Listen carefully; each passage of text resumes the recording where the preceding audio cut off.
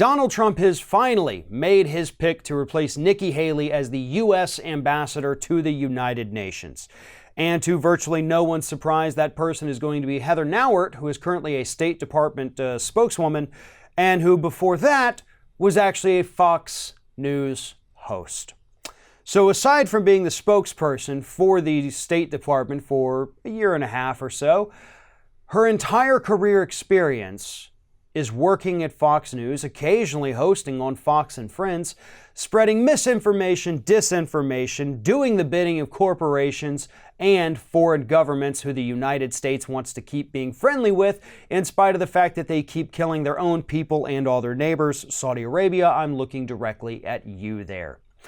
Here's the thing. Again, this is Heather Nauert, former Fox News host, now makes up the third former Fox News employee who is now employed within the Trump administration. Now, all of the talk about Nauert not having experience, not knowing what in the hell she's doing, and really having no business at all being in the United Nations, all of that is going to be thoroughly discussed during her confirmation hearing, so there's not much need to talk about that right here. In fact, when somebody has no experience, there's really not much to talk about. Just like Donald Trump, she's going to go there and bungle things as pretty much everyone is going to imagine. But because Republicans hold the Senate, she's also likely going to be approved. What I want to talk about is the fact that the lines between the White House and Fox News, they're not just blurred anymore. We've completely erased those from existence. Fox News is an extension of the White House, and unfortunately, the reciprocal of that is true too. The White House is now an extension of Fox News. The thing we have all been worried about happening for 15 years has finally happened. Fox News is getting their own people in the White House. Fox News is getting their people appointed to positions of power in the United States.